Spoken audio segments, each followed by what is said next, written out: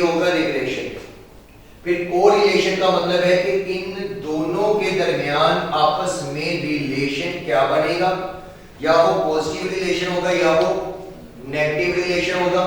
और रिलेशन के अलावा फिर हमने कहीं ना कहीं इनकी स्ट्रेंथ भी देखनी होगी कि वो अगर रिलेशन है तो वो आपस में कितना स्ट्रॉन्ग रिलेशन है या कितना वीक रिलेशन है, ये हम कोरिलेशन में डिस्कस करेंगे। तो आईटीएम की बुक के अंदर आपको पहले कोरिलेशन नजर आएगा, फिर रिग्रेशन नजर आएगा, लेकिन हम कोरिलेशन मींस तब ही आपस में रिलेट कर पाएंगे जब पहले हमें रिग्रेशन पढ़ लिया होगा। तो पहले हम स्टार्ट करेंगे रिग्रेशन को और फिर हम जो है वो कोरिलेशन को स्टार्ट करेंगे। तो जब रिग्रेशन देखेंगे तो हमारे पास एक इक्वेशन आ जाएगी, लेकिन उससे पहले हम इसकी एक एग्जांपल देखेंगे। तो एग्जांपल में मैं रख लेता हूं कि सेल्स और एडवर्टाइजमेंट।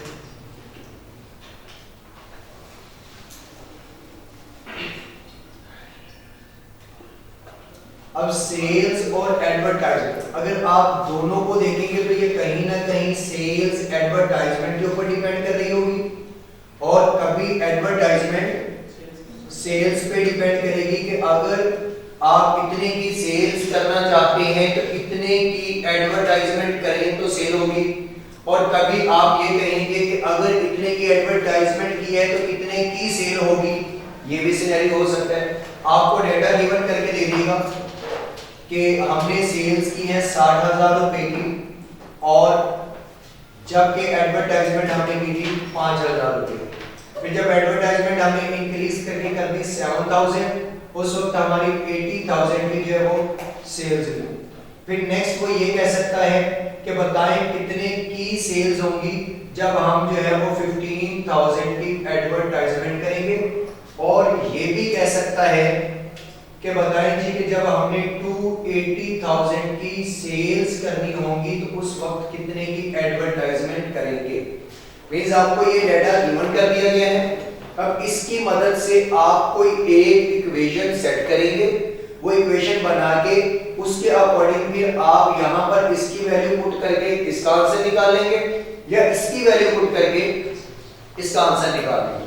अब मेन तो ये कि क्या सेल्स और एडवर्टाइजमेंट का आपस में कोई रिलेशन है या नहीं है। अब वो रिलेशन डायरेक्ट है या इनवर्स है, ये बात की बात है, ये बाद में देखेंगे। इसके अलावा ये भी हम बाद में देखेंगे कि आपस में इनका जो रिलेशन बनता है वो कितना स्ट्रॉन्ग बनता है, ये भी हम बाद में देखेंगे कोरिलेशन में। यहाँ पर जस्ट इतना देखेंगे कि इनका आपस में कोई ना कोई रिलेशन है। पहले हमने 5,000 की एडवर्टाइजमेंट की तो सेल्स हुई 60,000 की, या ये कह सकते हैं कि 60,000 की जब सेल्स हुई उस वक्त एडवर्टाइजमेंट कितने की थी 5,000 की। जब 80,000 की सेल्स हुई एडवर्टाइजमेंट कितने की थी 7,000 की। या ये कह सकते हैं कि जब 7,000 की एडवर्टाइजमेंट की उस वक्त सेल्स हुई 80,000 की। अगला क्वेश्चन ये होगा कि जब 15,000 की एडवर्टाइजमेंट करेंगे उस वक्त सेल्स कितने की होंगी, या अगर 280,000 की सेल्स करना चाहते हैं तो कितने की एडवर्टाइजमेंट करें। तो ये दो जो चीजें हैं, एक सेल्स को कैलकुलेट करना, एक एडवर्टाइजमेंट को कैलकुलेट करना, ये हम क्वेश्चन की नेचर को देखते हुए देखेंगे कि वो हमसे कैलकुलेट क्या करवा रहा है। अब अगर मैं सेल्स को रिप्रेजेंट कर दूं x के साथ और एडवर्टाइजमेंट को वेरिएबल y के साथ रिप्रेजेंट करें, क्योंकि यहां पर हमने कैलकुलेट तो दोनों करने, एक को हम x वेरिएबल कहेंगे और दूसरे को y कहेंगे। अब यहां पर अगर आप देखेंगे तो ये 60,000 डिपेंड किस पे कर रहा होगा, एडवर्टाइजमेंट पे। ये सेल्स किस पे डिपेंड कर रही होगी, एडवर्टाइजमेंट पे। अगर मैं ये कहूं कि 60,000 रुपए की सेल तब हुई जब 5,000 की एडवर्टाइजमेंट हुई, तो मींस ये उस वक्त x किस पे डिपेंड कर रहा है, y पे। अगर मैं ये कहूं कि नहीं इसको इस पे डिपेंड करवाना है तो मैं कहूंगा कि जब 5,000 की एडवर्टाइजमेंट करेंगे तब जाके सेल कहीं 60,000 की होगी। तो ये भी इसका मतलब है कि y x किस पे डिपेंड कर रहा है, y पे। अब अगर हम यहां पर देखेंगे तो यहां पे हमें एक चीज गिवन करके दे दी गई है कि 15,000 की एडवर्टाइजमेंट है, बताएं सेल कितने की होगी। अब सेल किस पे डिपेंड कर रही है, एडवर्टाइजमेंट पे। तो हम ये कहेंगे कि यहां पर जो x है वो किस पे डिपेंड करेगा, x depends on y, x depends on y। इसके बाद दूसरा सिनेरियो क्या है कि अब हम सेल्स हैं, तो हमने कहा कि सेल्स करनी है 280,000 की, तो बताएं y कितना होगा।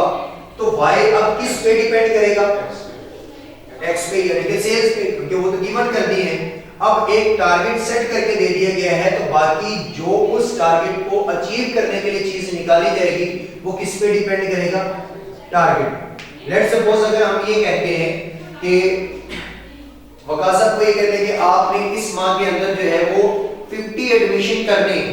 अब ये जो 50 एडमिशन है ये उस वक्त होंगे जब कोई फी डिसाइड होगी, फी और एडमिशन का आपस में कोई लिंक होगा। अब अगर हमने 50 एडमिशन का टारगेट दे दिया, उसके लिए कोई ना कोई फी भी डिसाइड करना पड़ेगी। अब 50 के अकॉर्डिंग जब टारगेट देंगे तो फी हम कम रखेंगे तो 50 जल्दी हो जाएंगे, ज्यादा रखेंगे तो हो सकता है टारगेट अचीव ही ना हो। और अगर हमने कोई फी रख दी फिर उसके अकॉर्डिंग देखेंगे बच्चे कितने आएंगे। ऐसे ही यहां पर 280,000 की सेल्स करनी है, तो एडवर्टाइजमेंट अब किस पे डिपेंड करेगी, सेल्स पे।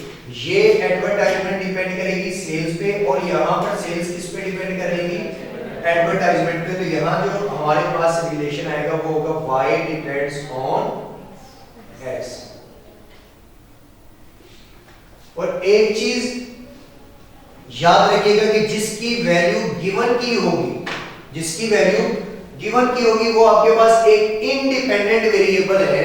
मैं वैल्यू चेंज भी कर सकता था, इंडिपेंडेंट है, ये मेरे इख्तियार में है। 280, 290, 3 लाख, 350, 380। जैसे मैंने आपको कहा कि 280 का बताया, आपने आंसर बता दिया, निकाल। मैं कहता हूं अच्छा अगर 3 लाख करनी हो फिर आपको दोबारा वैल्यू निकालनी पड़ेगी, अगर 350 निकालनी हो फिर दोबारा निकालनी पड़ेगी। तो ये मेरा इंडिपेंडेंट वेरिएबल होगा और ये क्या होगा, डिपेंडेंट वेरिएबल होगा। यहां पर ये क्या होगा, डिपेंडेंट किस पे, इंडिपेंडेंट पे। यहां 15 से मैं 20 भी कर सकता हूं, 30 भी कर सकता हूं, 50,000 भी कर सकता हूं।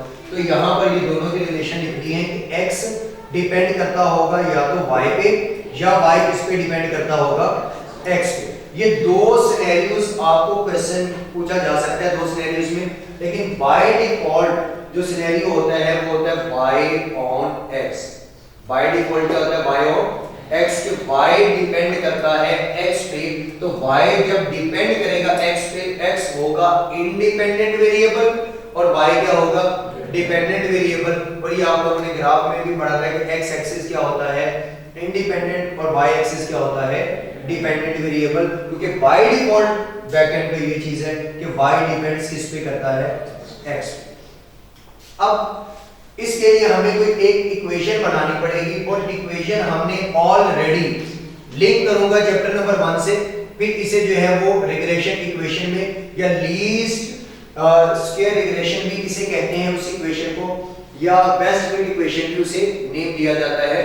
लेकिन हम पहले रिलेट करेंगे उसे चैप्टर नंबर 1 की इक्वेशन के साथ। उसमें हमने पढ़ा था कि y is equal to mx plus c, और ये आप लोगों ने 9th 10th में भी पढ़ी है, चैप्टर नंबर 1 में भी पढ़ेंगे। y is equal to mx plus c, ये तो सबने पढ़ी है इक्वेशन। अब इसमें ये जो y है ये हमारे पास क्या होगा, डिपेंडेंट। ये डिपेंड किस पे करेगा, इस x पे। इसकी वैल्यू जैसे जैसे चेंज होगी y की वैल्यू इस x की वजह से क्या होती जाएगी, चेंज, क्योंकि ये x मल्टीप्लाई किससे होगा, m से, और m वहां पर क्या रखी जाती थी, स्लोप। c वहां पर क्या होता था, इंटरसेप्ट ऑफ y, c वहां पर क्या होता था, इंटरसेप्ट ऑफ y। तो बिल्कुल सेम ऐसी ही इक्वेशन, हम सिर्फ उसमें जो वेरिएबल्स हैं वो चेंज करेंगे, या हम जो है कांस्टेंट जो है उनको चेंज कर देंगे, रिप्रेजेंटेशन चेंज हो जाएगी, बाकी इक्वेशन हमारे पास ऐसी ही रहेगी। अब इसमें इक्वेशन आप लोगों ने निकालनी होगी, और उस इक्वेशन को कहेंगे रिग्रेशन इक्वेशन। जब आप इक्वेशन बना लेंगे तो फिर आप x की जगह पे कोई भी वैल्यू पुट करते जाएंगे तो y का आपके पास आंसर आता जाएगा। तो रिग्रेशन इक्वेशन,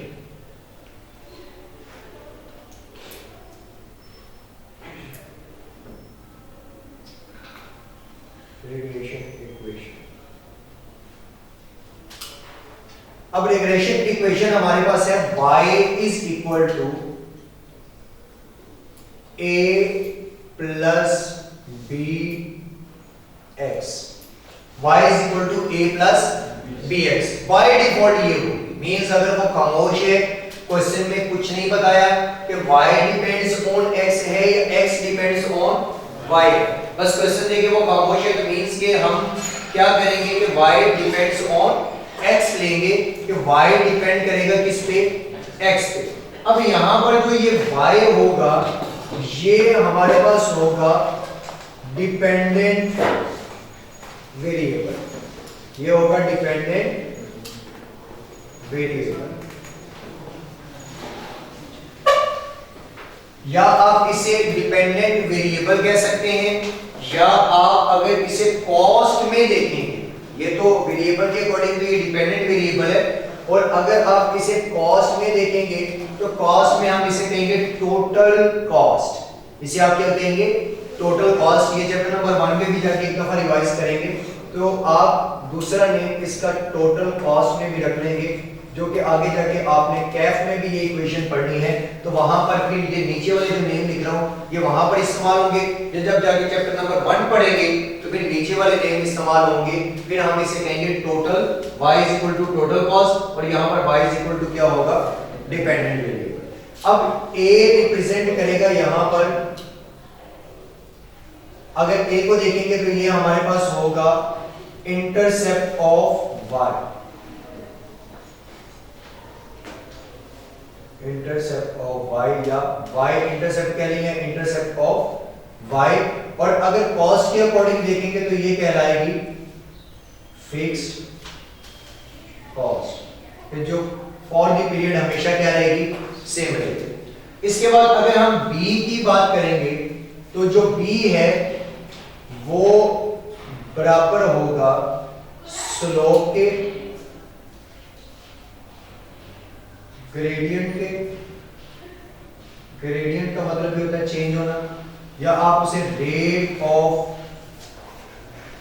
चेंज भी कह सकते हैं। और अगर कॉस्ट के अकॉर्डिंग इसे देखेंगे तो कॉस्ट में इसे कहते हैं variable cost per unit, variable cost per unit. और x जो होगा वो नंबर ऑफ यूनिट होगा, जितने यूनिट्स होंगे वेरिएबल कॉस्ट पर यूनिट से मल्टीप्लाई करेंगे तो ये आ जाएगी वेरिएबल कॉस्ट, ये फिक्स दोनों को ऐड करेंगे तो ये टोटल कॉस्ट बन जाएगी। और इस चैप्टर में जो इसका b का रिप्रेजेंटेशन है, जो मोस्टली क्वेश्चन के अंदर नेम दिया जाता है, वो है रिग्रेशन कोएफिशिएंट। b का और नेम है और वो है रिग्रेशन कोएफिशिएंट।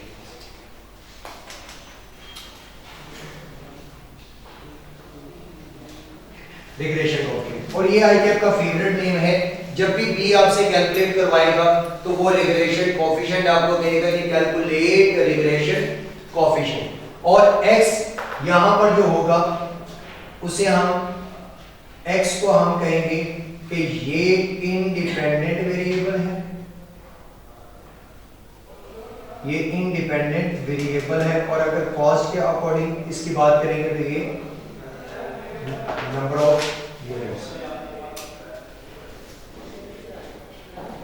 और ये जो भी मैंने इक्वेशन लिखी है ये बाय डिफॉल्ट वाला सीन लिखा है, यानी कि y ऑन x वाला केस है कि जब वो y किस पे डिपेंड करेगा, x पे। ये y डिपेंड किस पे कर रहा है, इस x की वैल्यू पे डिपेंड कर रहा है, तो ये केस है y ऑन x वाला। अगर केस होता x ऑन y वाला तो फिर इक्वेशन क्या बनती, x is equal to a plus by। फिर x किस पे डिपेंड करता, y पे डिपेंड करता, तो फिर x ऑन y वाले केस में अगर इक्वेशन देखेंगे x ऑन y के सिनेरियो में अगर हम कोई इक्वेशन देखेंगे तो वो बनेगी x is equal to a plus b y. इसमें x क्या होता, डिपेंडेंट वेरिएबल, y क्या होता, इंडिपेंडेंट वेरिएबल, b क्या होता, रिग्रेशन कोएफिशिएंट और a होता आपके पास इंटरसेप्ट ऑफ x या x इंटरसेप्ट।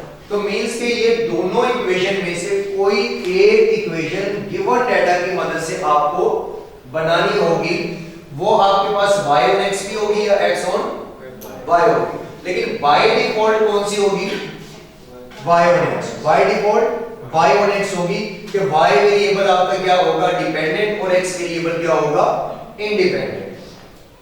अब y को हमने कैलकुलेट करना है, x हमें कोई क्वेश्चन में गिवन करेगा, बाकी दो वैल्यूज रहेगी, एक a की और एक b, ये हमें कैलकुलेट करनी पड़ेगी y on x के अकॉर्डिंगली और x on y के अकॉर्डिंगली।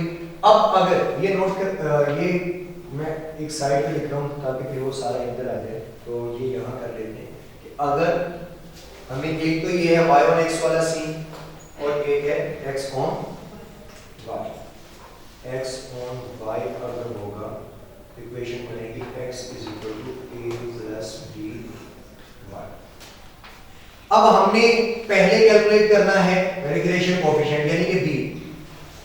अगर हमें रिग्रेशन कोएफिशिएंट